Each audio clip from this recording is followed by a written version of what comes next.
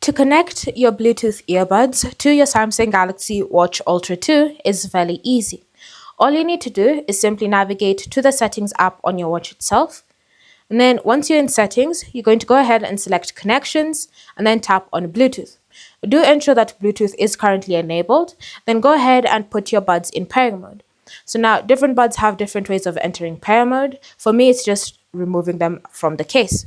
So once they're in pairing mode, go ahead and look for them in the list of available devices. If they don't appear, then just select scan and wait for them to appear.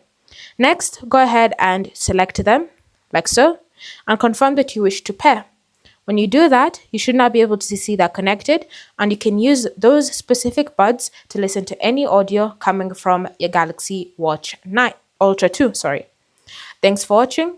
If you have any questions or comments, feel free to leave them down in the comment section below, and I'll see you in the next video.